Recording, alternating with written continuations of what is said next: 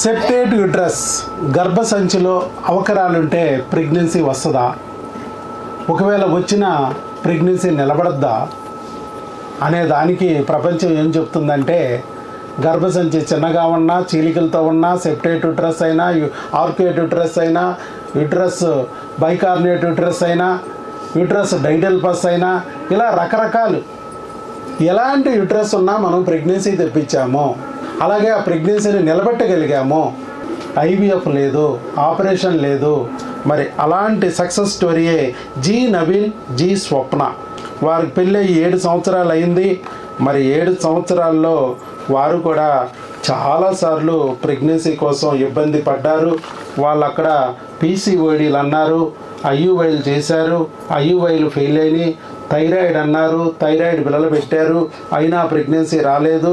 వచ్చినా కూడా పటా పటా పటా పటా డమా డమా disco disco అని పోయింది. ఎన్నయ్యా? 4 సార్. 4 ప్రెగ్నెన్సీలు పోయినాయి ఆయన మన దగ్గరికి వచ్చేటప్పటికి. అన్నీ first month, second month, first month, second month, రావడం పోవడం ఇంతే. హార్ట్ బీట్ కూడా ఒక్కసారి రాలేదు.